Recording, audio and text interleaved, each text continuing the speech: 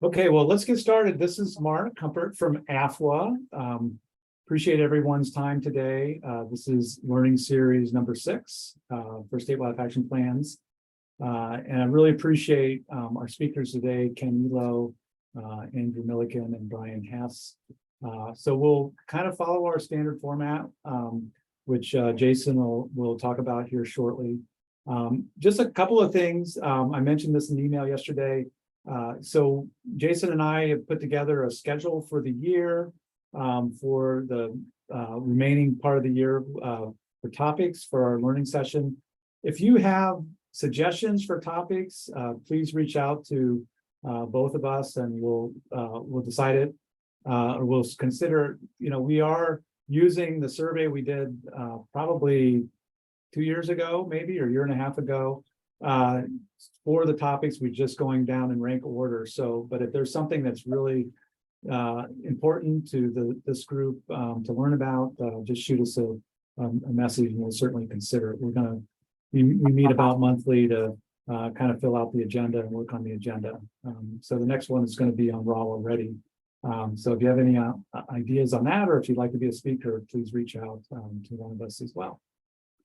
So I'm going to go ahead and turn it over to Jason, and I'm really excited about this topic. It even came up, Martha Williams, Director of Fish and Wildlife Service, even mentioned at an Environment and Public Works hearing in the Senate yesterday about the importance of the Landscape Conservation Joint Task Force, which Ken is going to tell us a little bit about. So landscape conservation is kind of where it's at, and we hope you can learn some things today and contribute learning on things that you're doing in your own state.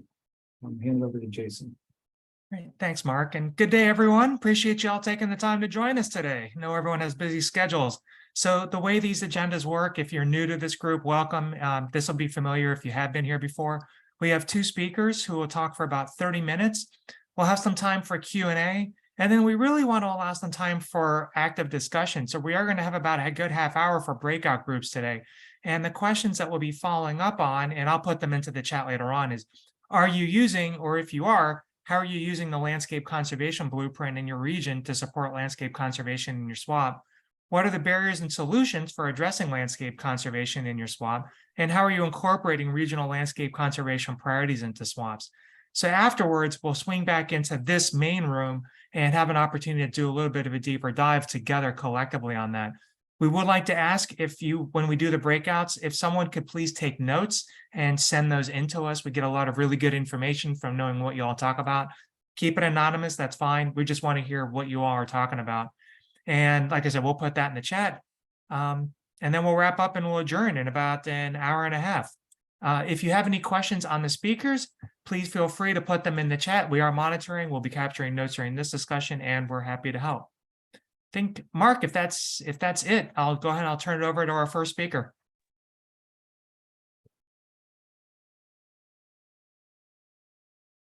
I guess that's it. All right, that's it. So Ken, take it away. Hi, I'm Ken Elo, and I know some of you, but not all of you. And I really appreciate the opportunity to share a few thoughts with you today. Just by way of background, I worked with states for about 30 years and with the Fish and Wildlife Service for an additional 9 years, retiring twice. And now I'm serving as kind of a liaison between the service and the states on landscape conservation issues. And so what I'm going to do today is just kind of kick this off and share a few thoughts with you. Probably not everything is going to be new. Maybe nothing will be new to you. You've thought a lot about this. You're in the trenches all the time. But I want to string a few thoughts together and try to connect some dots and lay some background for both Brian and Andrew coming after me. So I'm going to talk a little bit about landscape conservation and species conservation. And these are not new concepts. They have been around for decades and decades. But we often think about species conservation in one group and landscape conservation in another group. And I think what we have now is some history, foundational work, and thoughts to bring these all together to converge the efforts. we know we need to conserve species at large scales, at the scale that the species occur at. That's not a new concept. We also know we need to do landscape conservation and put together connected ecosystems and habitats across large ranges. And that's really complex work. So starting back about 5 years ago or so, the Association of Fish and Wildlife Agencies and the Fish and Wildlife Service got their heads together and said, we need to really figure this out. And in 2020, they came up with a report that I'm sure you're familiar with. It was the President's Report on Shared Science and Landscape Conservation Priorities.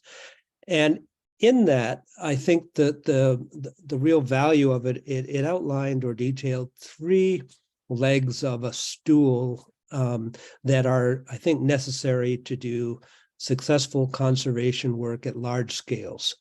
The first of that is sharing conservation priorities.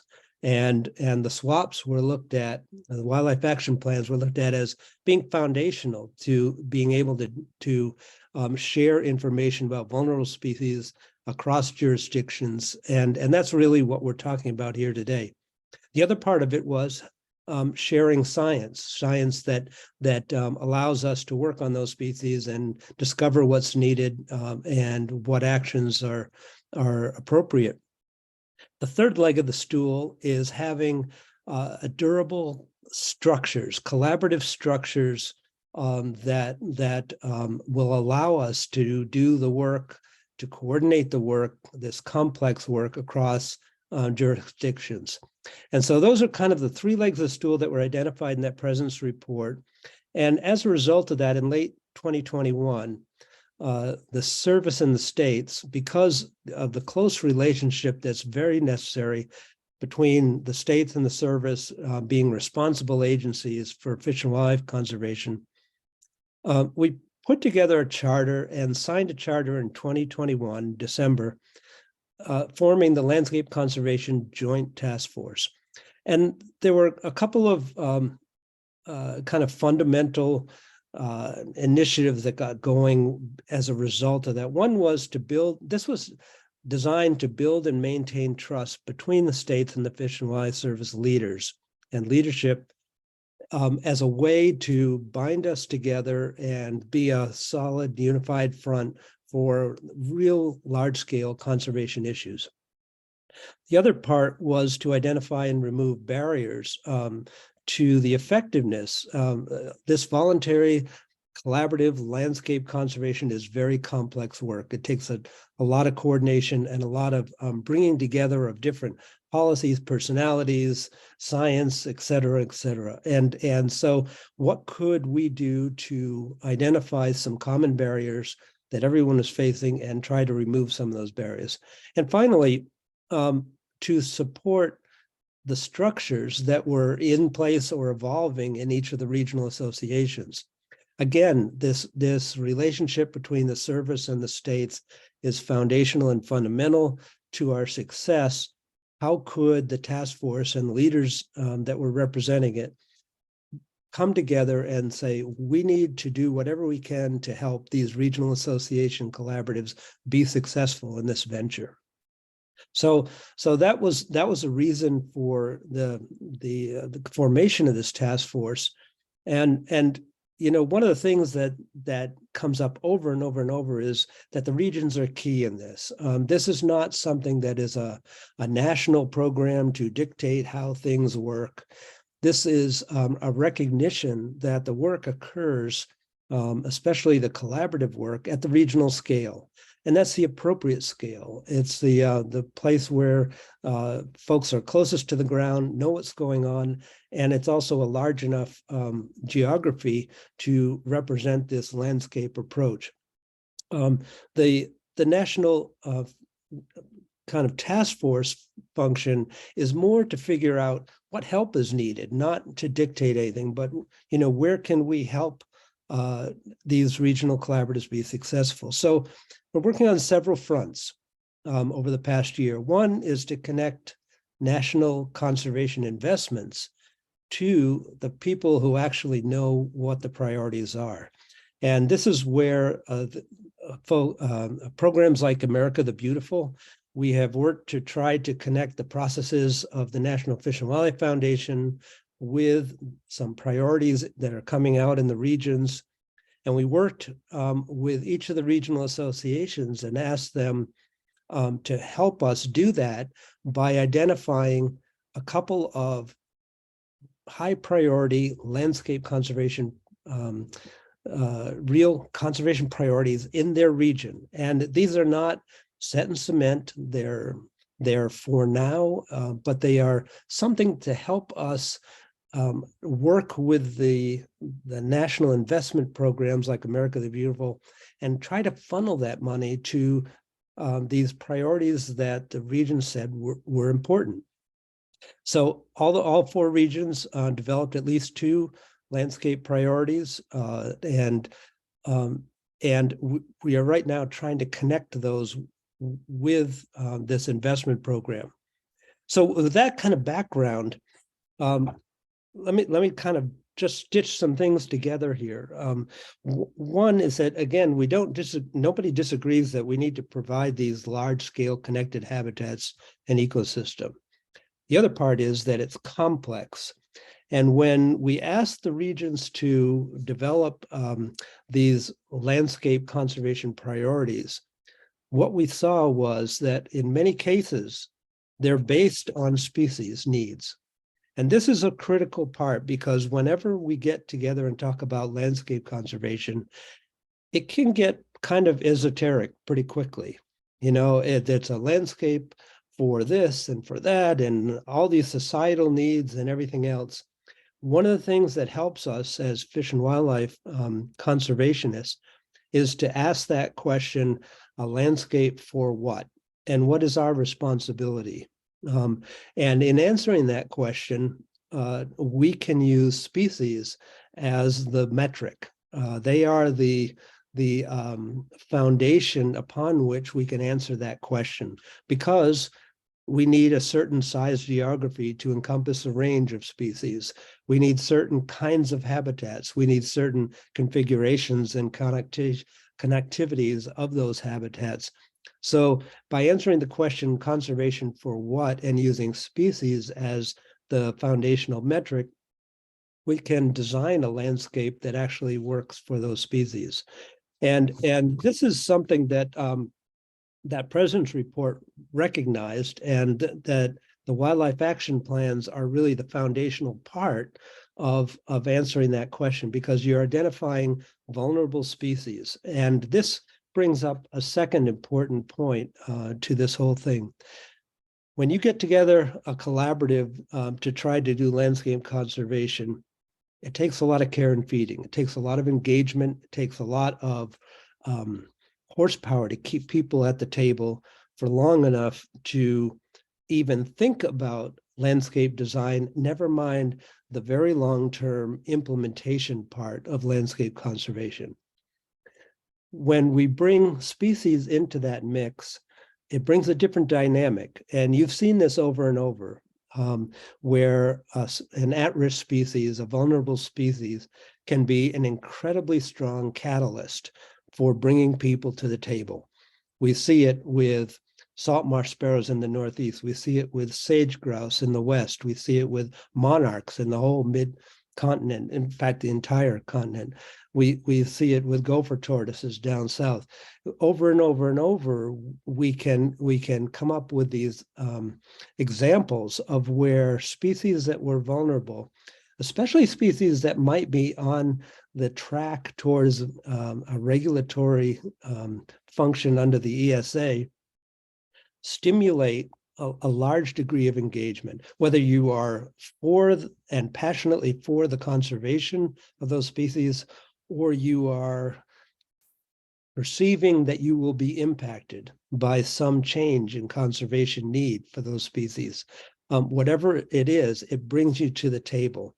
And we've seen that that catalyst is essential to helping us gain that sustained effort necessary both to design a landscape around that for what question, and also to keep people at the table long enough to get conservation done, which is often over decades and decades. And so again, looking at a couple of examples, for example, sage grouse.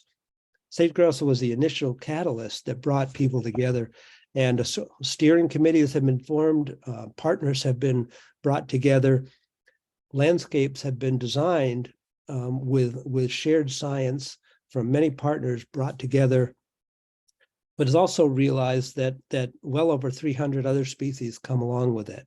And so we've got this surrogate species of impact of using a catalyst that keeps people at the table, allows us to do conservation at the scale that's really necessary, and that ultimately you folks and the wildlife action plans are really the foundation of that shared information that allows us to take that step, that allows us to do this kind of scale of and complexity of conservation. And I believe, my observation is over time that I don't think we can be successful at landscape conservation unless we use these catalyst species to bring people to the table. And I know we can't be successful at the conservation of these species if we don't look at the scale and the range of the species as they occur. So these two are essential parts of the same.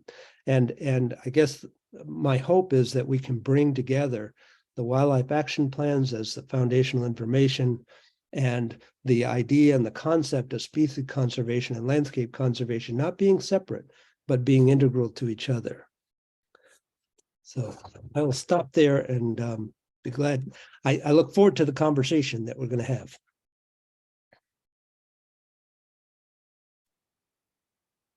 Thanks, Ken. And I see you got the links in the file. Thanks, Mark. Okay, so next up, we're going to, if you have any questions, feel free to hold them or put them into the chat. Next up, I'd like to introduce Andrew Milliken from U.S. Fish and Wildlife Service and Brian Hess, who's with Connecticut. And we'll turn the floor over to you.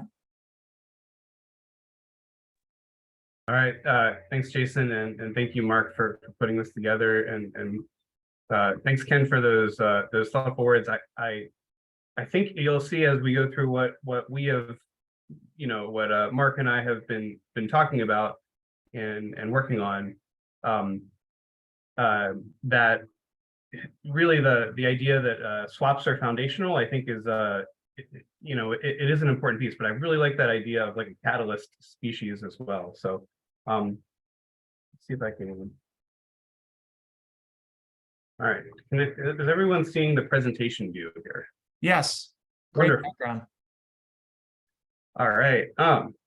So I think what we're gonna try to do is to sort of frame what we're talking about here around the guiding principles that were in the SWAP, the very excellent SWAP landscape report that was put out by AFWA in 2021.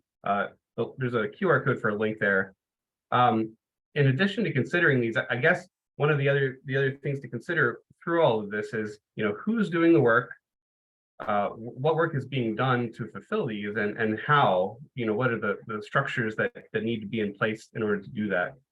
And I'll also a couple of caveats to what I'll say. First of all, I've been working with the Northeast Fish and Wildlife Diversity Technical Committee and the Northeast SWAP coordinators for a few years, but I've not got all of the history that some of the folks here have. So if I leave you off or forget to mention a project or a part of the case that's been, an important part of the Northeast's history, I sincerely apologize. And the second thing is, I don't mean this to be a prescription for what everyone needs. We're gonna go a little bit through about what the Northeast has done and kind of what we're working towards in the future. And so I guess it's important, and I guess one of the things I want to communicate here is that what the Northeast is working on is an iterative process that's got like 30 or 40 years of foundational work underneath it, and we're building on top of it. So other regions may need different things. They may need different tactics and different routes. So I just wanted to I guess keep that in mind. So I guess a brief history, when the first rounds of swaps were completed in 2005, some important pieces were already in place in the Northeast. The Fish and Wildlife Diversity Technical Committee, that's a technical committee in the AFWA, was first formed as the Northeast Endangered Species and Wildlife Diversity Technical Committee in the 1980s to help agencies begin to develop non-game and endangered species programs.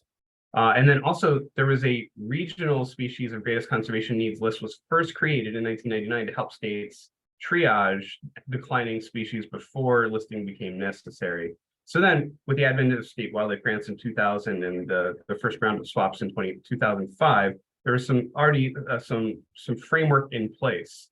Following the 2005 swaps, NIAFWA directors met for a strategic planning conference in Albany, and there was a need for a more robust regional coordination and collaboration that they identified. And there was, out of that came the concept of the Regional Conservation Needs Funding Program. So 14 NIAFWA jurisdictions contribute 4% of their annual federal state wildlife grants allocation funding into a common pot. That common pot is overseen by the Northeast Fish and Wildlife Diversity and Technical Committee. That's that technical committee of NIAFWA. And then with fiscal administration by WMI to support projects of regional conservation interest. The funds are used to address conservation priorities across multiple jurisdictions. And they've served as the seed for some regional working groups that have gone on to pursue other multi-state funding opportunities and expand outside of the Northeast. I'm thinking one of the great examples is all of the work that's been done on freshwater turtles in the Northeast. Traces back some origins of that to RCN projects fairly early on. So beginning on this, building on this framework of regional perspective, 2015 rolled around, it's time for new swaps, right? So in order to do that, we needed to understand the current status of species and habitats and to understand ongoing work that was necessary to develop the shared approach. This led to the development of several products, including a revision of the RSGCN list in 2013.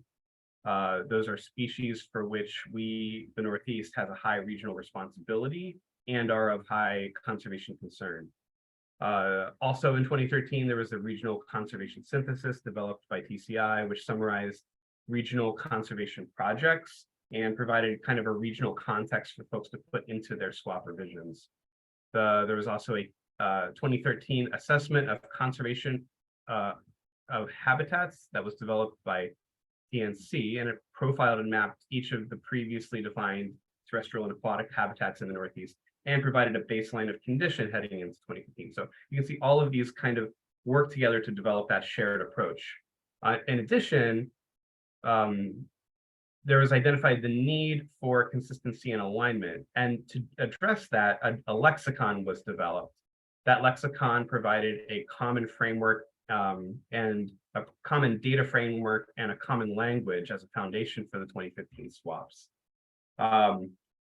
It sought to balance on one hand state flexibility and provide some independence and ability for states to make swaps their own, but at the same time providing regional consistency and across both, really kind of increasing, allowing states to take advantage of work that's already been done and leverage that capacity.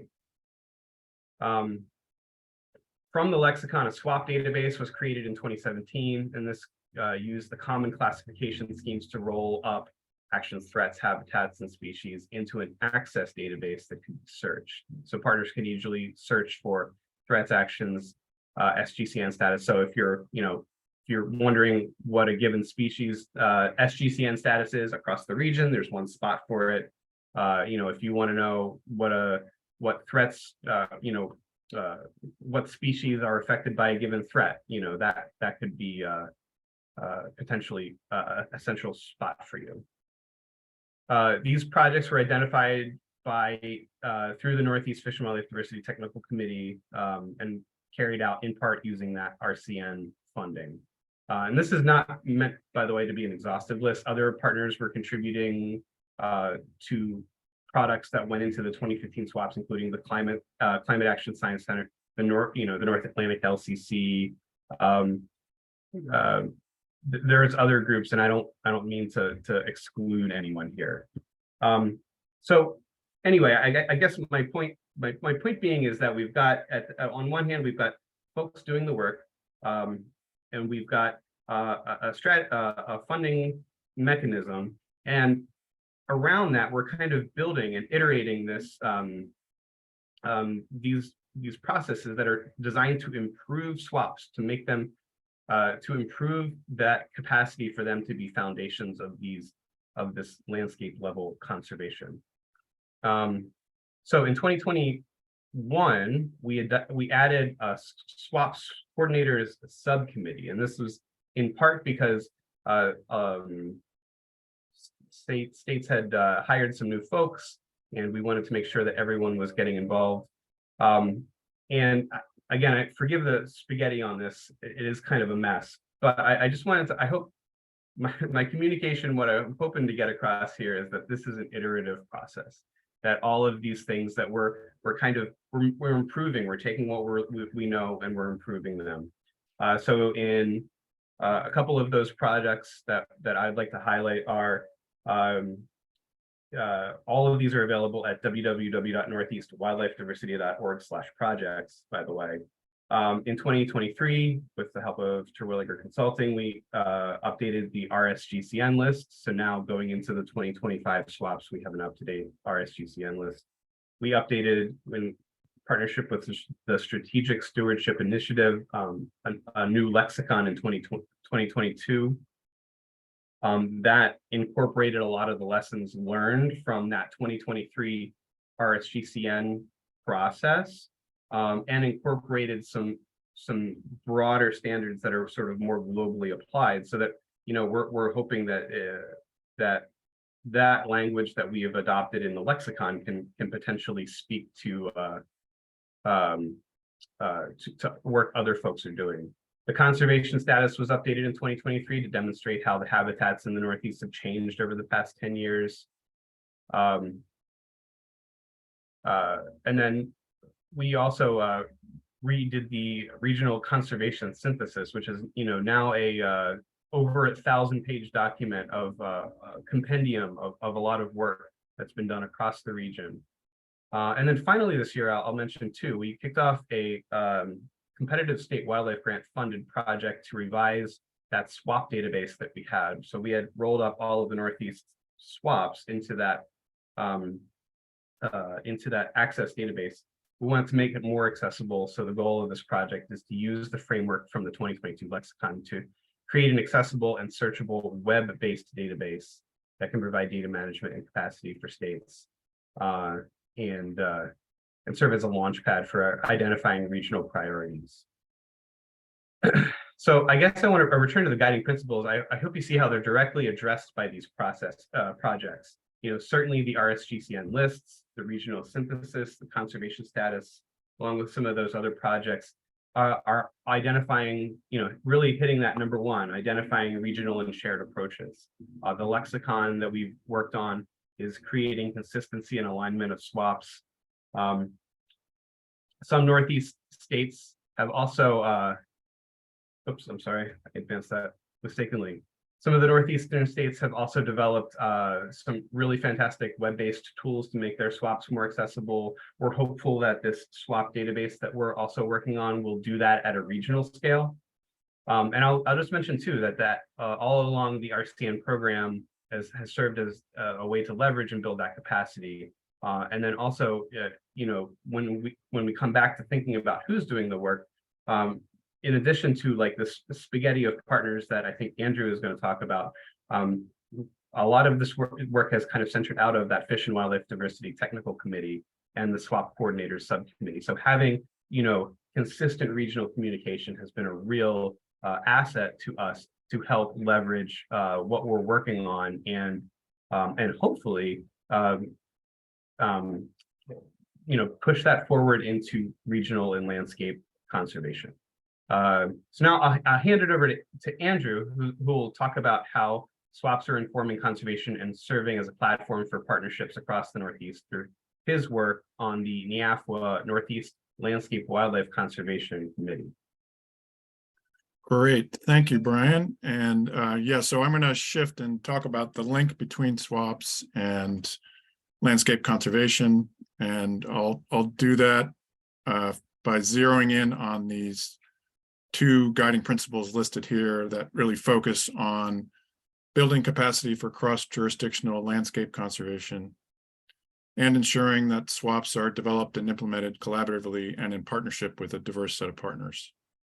Building on Ken's introduction, it's clear that in order to effectively implement state wildlife action plans and conserve regional species of greatest conservation need at the scale and with the resources needed by these species, we need dedicated multi-state landscape partnerships that include all state fish and wildlife agencies in each AFWA region, the U.S. Fish and Wildlife Service, as well as other key partners with jurisdiction and responsibilities for these species and their habitats. Joint ventures and landscape conservation cooperatives had served in that role in the past, and now existing and emerging regional landscape partnerships are in place that address that need in each of our 4 AFWA regions, as Ken described earlier.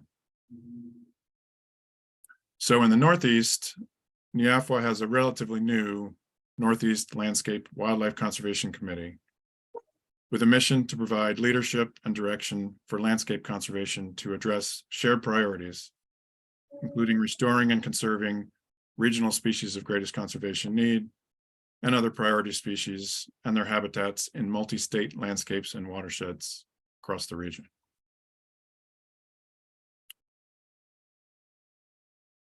So this landscape conservation initiative builds on what Brian described on the close collaboration among the NIAFWA states through the Regional Conservation Needs Program and the resulting regional species of greatest conservation need, the SWAP synthesis and database, and other tools that Brian described.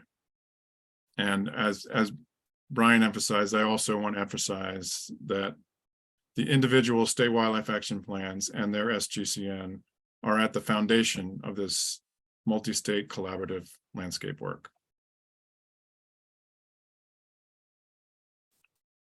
This landscape conservation work in the Northeast region is also built on collaborative efforts by the U.S. Fish and Wildlife Service across their programs in the region, and landscape scale priorities, including at-risk species conservation, which is aligned with RSGCN, coastal resiliency, aquatic connectivity, and landscape and watershed scale partnerships that are shown on that map on the right side of the slide.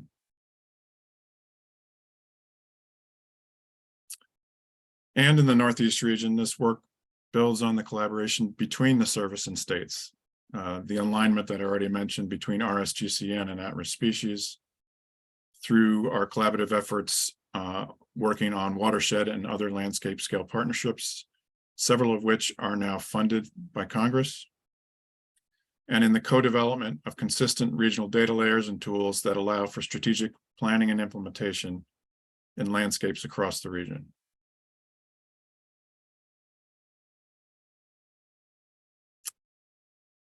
The initial focus for this NIAFWA Northeast Landscape Wildlife Conservation Committee has been on inventorying and organizing existing information on landscape conservation, planning and projects, funding partners and partnerships, and using that information to prioritize future landscape conservation needs and seeking funding to implement priority projects addressing those needs.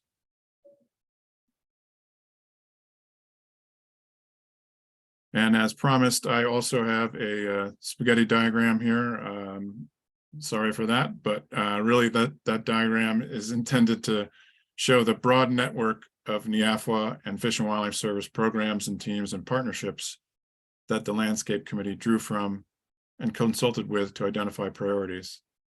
And also this process that we went through to take that information and organize it and come up with a set of priority landscapes and themes, initially a set of 21, and then working with the directorate team, narrowing that down to 7 different landscapes and themes, which are shown on this slide. So we came up with these 7 priority landscapes and themes to help organize and focus regional landscape efforts for regional species of greatest conservation need and other species. The committee agreed on the need to ultimately address all of these landscapes and themes in the region, but initially focused on 2 broad landscapes: the Atlantic coast, coastal resiliency and coastal habitat restoration, and the Appalachian corridor, highlands and streams. And I'll just provide a little bit more detail on one of these landscapes as an example of how and why we're doing this. The Atlantic coast, coastal resiliency and coastal habitat restoration landscape effort is focused on coordinating and planning and implementing restoration and management of coastal habitats to increase resiliency of the coastal natural systems, habitats, species, and communities across the region. It addresses the significant impact that sea level rise and storms are having and will continue to have on regional coastal habitats and species. You can see the focal habitats and SGCN and other species that are listed here. That includes the salt marsh sparrow, which is a pretty major focus for coastal states and the Fish and Wildlife Service. But this landscape also will address a diversity of other species that depend on these coastal habitats. One of those is the diamondback terrapin, and that is one of the regional species of greatest conservation need that is now a major focus in the latest round of regional conservation needs work in the Northeast region that Brian described earlier. So this landscape work is linking back to the regional conservation need and RSGCN process. This focused landscape includes 11 states and the District of Columbia and builds on significant ongoing restoration efforts and funding, including the work done in response to Hurricane Sandy, which, although it was way back in 2012, we actually are still just finishing up some of the coastal resiliency projects from that. Building on something that Ken said, this is one of the landscapes where we actually put a pre-proposal together that includes 10 salt marsh restoration projects in 3 states, in this case, New Jersey, Rhode Island, and New Hampshire, for coastal resiliency and restoration of salt marsh sparrow, diamondback terrapin, black rail, and other priority species. That was just submitted to the America the Beautiful Challenge grant program with a total funding request of about $6.5 million. And that's an example of the work that the committee is doing to connect landscape priorities to federal funding.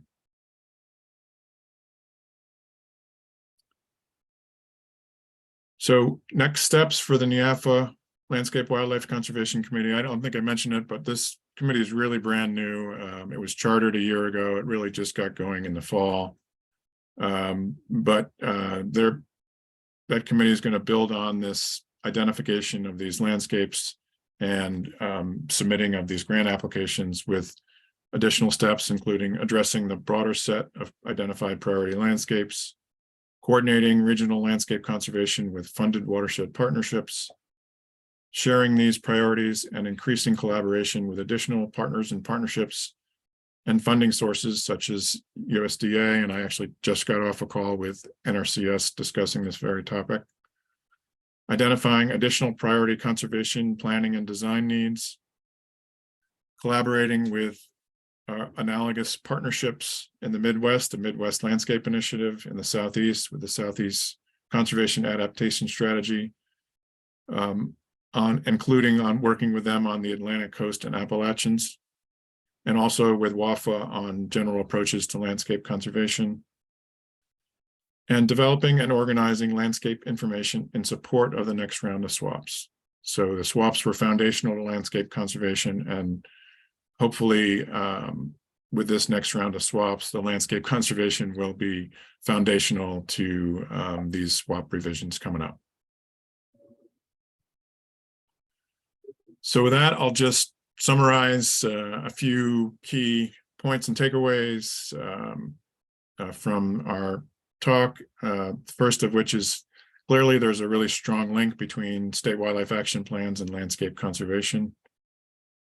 And as Brian indicated, there's that developing and utilizing regionally consistent information is important to support multi-state landscape conservation and to conserve regional species of greatest conservation need. And to do that, pooled funding, including in the Northeast case, pooling state wildlife grant funding, has made that possible. And regional AFWA and associated landscape partnerships are now in place in all 4 regions to support and provide leadership for collaborative landscape conservation. And finally, that the stage is now set to align the 2025 swaps with regional priorities and landscape conservation following the AFWA swap landscape report guiding principles that we have referenced several times in this presentation.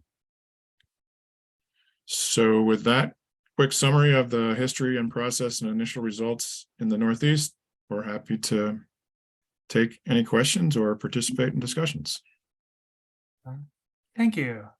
And we've got one question already. I think I'll direct it to anyone who wants to take it. Can you elaborate on the difference between pooled SWIG funding and CSWG applications? Yeah, I guess I can talk about that. So, right, the pooled funding is out of our the non-competitive state wildlife grant allocations. So every state gets their allocation, and I don't call the dollar amount in Connecticut, but we're contributing 4% of that to that common pool, and that's from that allocated money.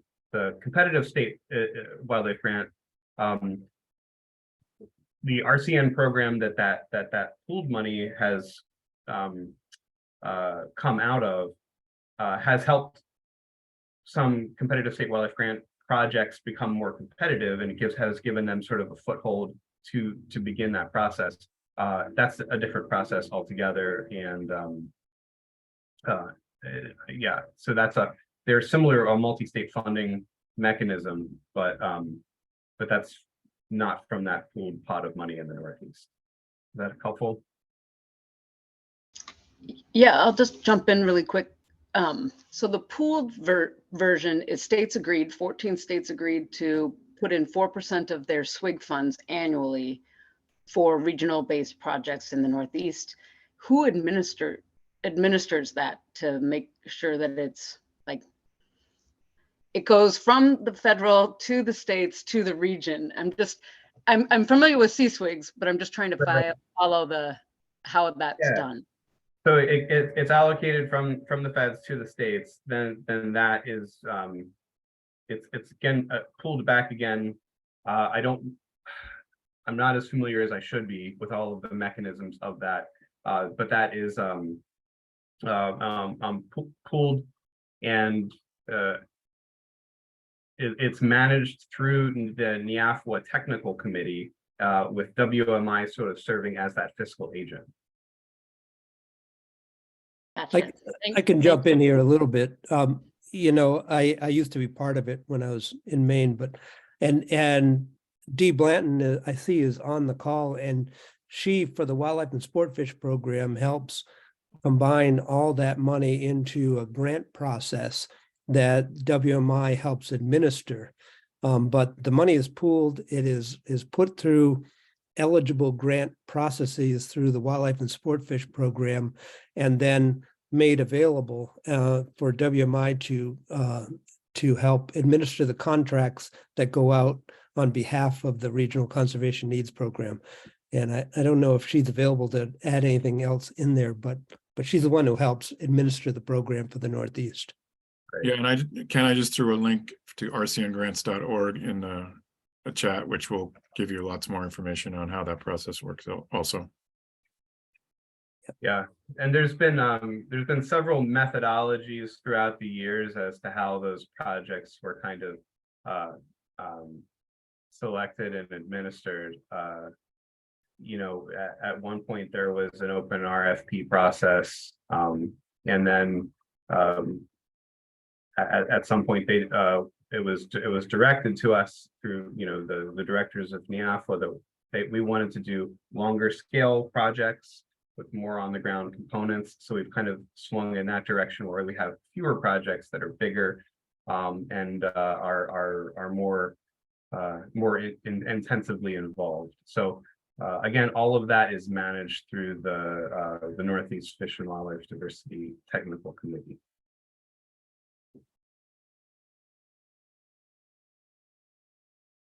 Any other questions?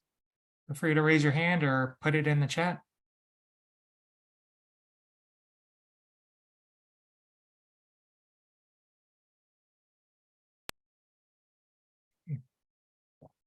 Well, not hearing any, what we're going to go ahead and do is we're right on time. We're going to go ahead and break out into breakout rooms. And there are 32, 33 of us here. So I'm thinking maybe about 8 people per room. Would that be good, Mark? Yep. Okay. And just give me a second because I may tweak some things around. So again, we're going to put the questions into the chat here for folks. But this is now a good chance for about a half an hour to talk about a couple of questions, and I'll do that here. And I'll also send another reminder once people are in. Are you using, or if you are, how are you using the landscape conservation blueprint in your region to support landscape conservation in your swaps? What do you see as the barriers and solutions for addressing landscape conservation in your swamp? And how are you incorporating regional landscape conservation priorities? So again, as we assign people in, if someone could please help take notes for that session, we'll give you about half an hour, although we'll keep an eye out. And if it looks like it's getting a little quiet, we'll pull people back in sooner. And we would like to have then a follow-up discussion among here, pull out the highlights from your individual sessions. Any last questions before we dive in, or thoughts, Mark? I was just going to add one comment that every region is doing something similar to what the Northeast is doing. And so, if you're not familiar with the regional collaborative or the regional priorities in your region, there are folks that can help you with that. So we're just modeling the Northeast because they've been doing it the longest, and we've all learned from them. But every region is doing something similar to this. So please, if you haven't already made the connection to your swap, please try to do that. Okay. All right, well, I'm going to go ahead and divide it out. And Mark, Andrew, Ken, and Brian, I'm going to move you to one room so that we're all divided out. So bear with me for one moment, folks. Thanks.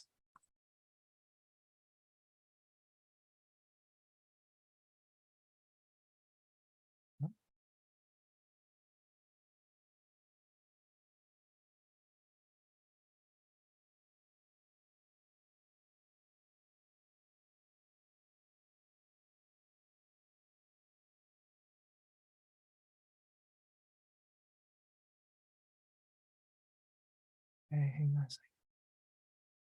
Okay, so we are in one of the rooms.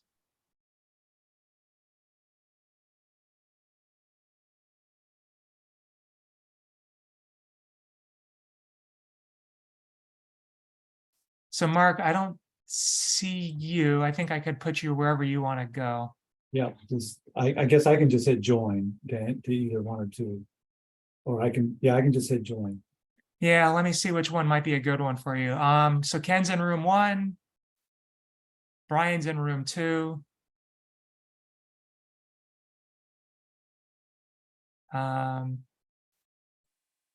You want to join? You want to go over to 3? Yeah. And then I'll go over to 4. And there, you have a clock going, so we'll join back. Okay. Perfect. Yeah, I'll keep an eye on it. Talk to you in a few. Okay. Bye. Thanks.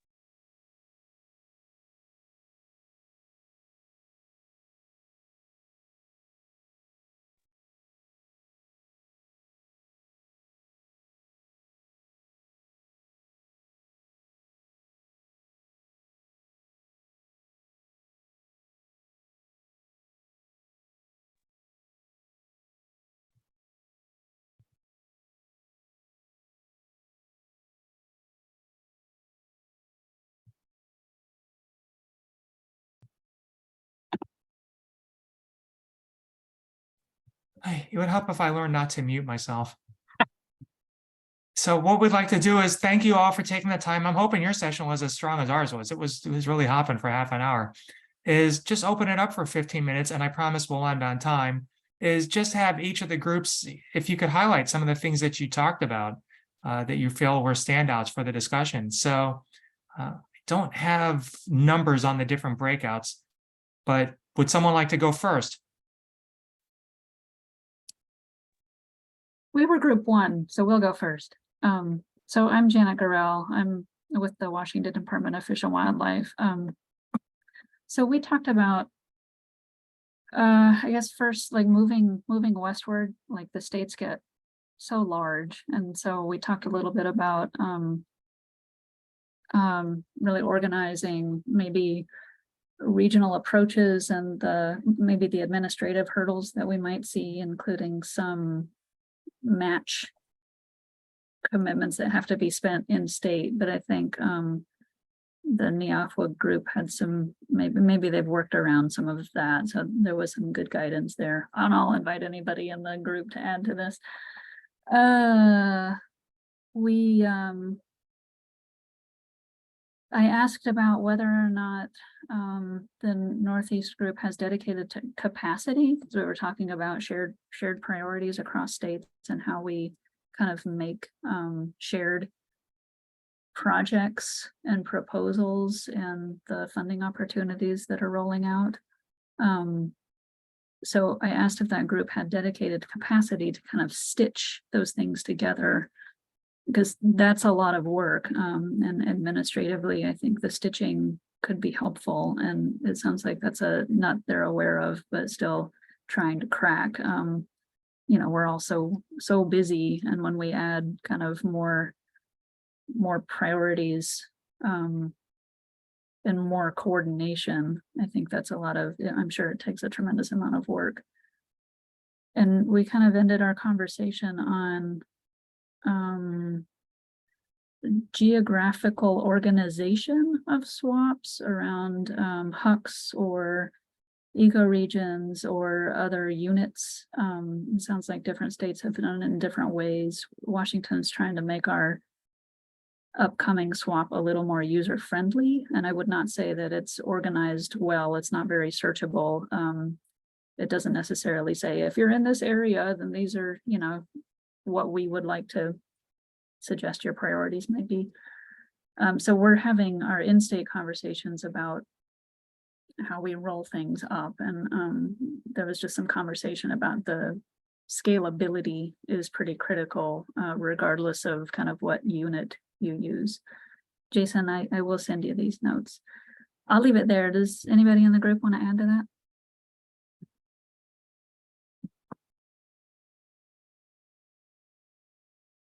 Yeah, I would just reiterate what I think you touched on it, just the scalability of organizing your swaps, so both in-state and across state lines within your region, so that you're consistent with your neighbors as well as in-state.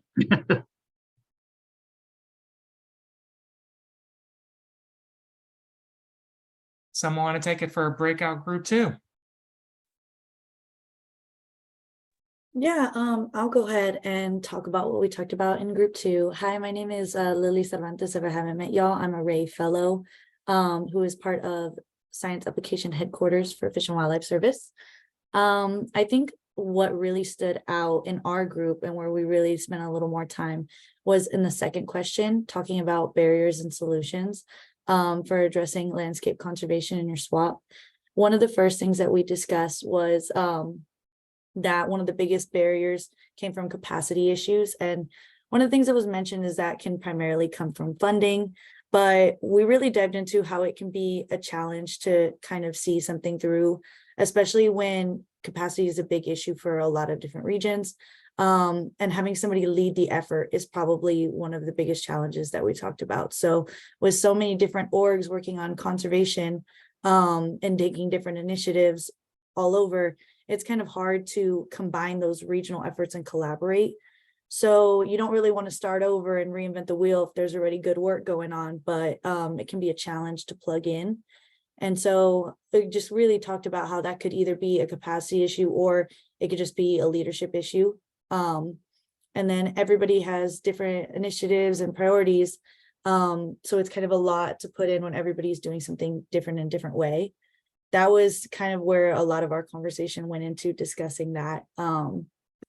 So yeah, we had a lot of similarities with what was discussed in group one. But I think what we really came to with the first and third question is either not being quite sure or that it was already touched on. So that's pretty much what we discussed. Excellent. Anyone else from the room have something else you want to add?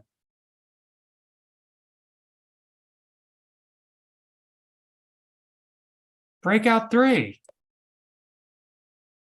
Great. Well, I'll kind of start it off and ask the other members of the of group 3 to weigh in, but really good conversation. And sort of the observation was that most of these coordinators are in this at 2 years or less. So we have a new crop of SWAP coordinators who are just going to knock it out of the park. I'm absolutely convinced. But we had representatives from the Northeast, Midwest, and West, and of course, in the Northeast, it looks, the blueprint will be integrated, in the SWAP revision. That work has been going on a long time, and it will continue. The biomap that Massachusetts has recently developed is, a lot of effort has went into the development of that tool for the state of Massachusetts. So now Massachusetts is looking at how we can connect that to those regional priorities. MLI is the newest blueprint is in the Midwest Landscape Initiative, and it's not yet finalized yet, but there's an expectation that it will be very useful to SWAP. And in the West, even though there is no blueprint, it looks like at least a subset of the states in the West are moving down that path by already having coordination meetings.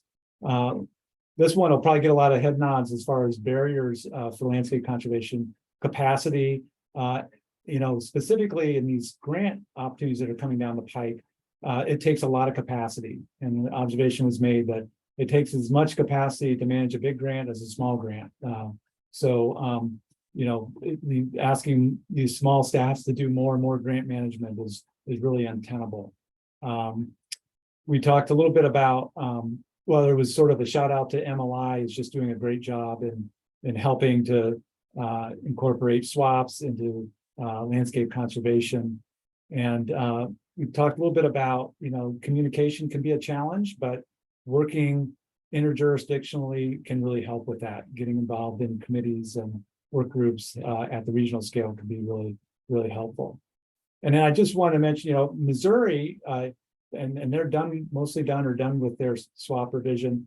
They really, feel like they've done a great job working on, kind of a landscape context within the state. They really stress the importance of that in their SWAP, but now they're really looking to use some of the tools at the regional scale to help them complement or connect their work to other states. So great conversation in group 3.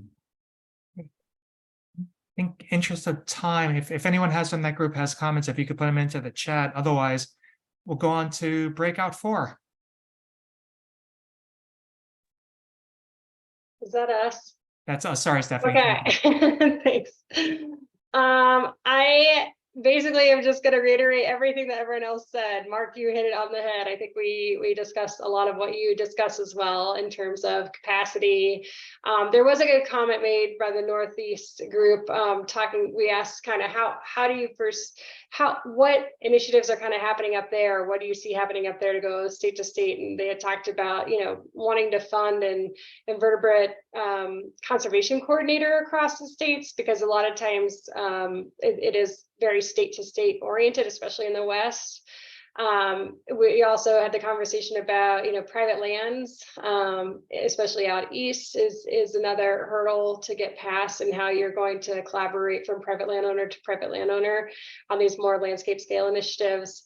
And then we talked a little bit about funding and how that crosses states, how a lot of funding comes down through federal agencies, but sometimes the the funding is very state oriented, but maybe there are more overarching programs from Fish and Wildlife Service or Forest Service or even BLM that are not as state to state oriented. So if there's something that wants to be bigger and broader, you could link on to some of those efforts. There was talk about so a lot of the different states out west are on different timelines for their revisions, and also this is just kind of reiterating what other folks said, using different ecoregions or different habitat layers, and so because everyone's on a different timeline, they're ending up with different products at the end of the day, and so there's got to be a concise way to kind of link them all together. And maybe what folks outside of the Northeast do is kind of take the Northeast as an example, where they have their state SGCNs and their state plans, and if they're able to do some pretty intense collaboration on more of the regional scale for a regional plan, that might be helpful as well. And anyone in our team jump in here too if I'm missing some big components. I think those were some of the big ticket items that we talked about. They talked about the Midwest Landscape Initiative as well. And I think some groups are still just in the process of developing it and understanding what blueprints exist. That's it. Thanks, Stephanie. Well, we only have about 2 minutes left. I think, Mark, I'll go and I'll turn it over to you to close us out. Well, thanks, Jason. I just want to say thanks to everyone for hanging in here today. I just really think these breakout groups are an excellent way for all of you to share what you're doing, learn from each other. This is such a big undertaking, and the world has high expectations on all of you to help us do better at conserving biodiversity. So, anything we can do at AFWA to help support your networking. But I go back to one of the comments in Breakout 3 is get involved in those regional committees and work groups, and create that opportunity for networking, but also to share in the work of regional collaboration. So thanks everyone, and we'll be getting the notes out and a link to the webinar out in the next week or so. See you all next month. Thanks again. Thanks everybody.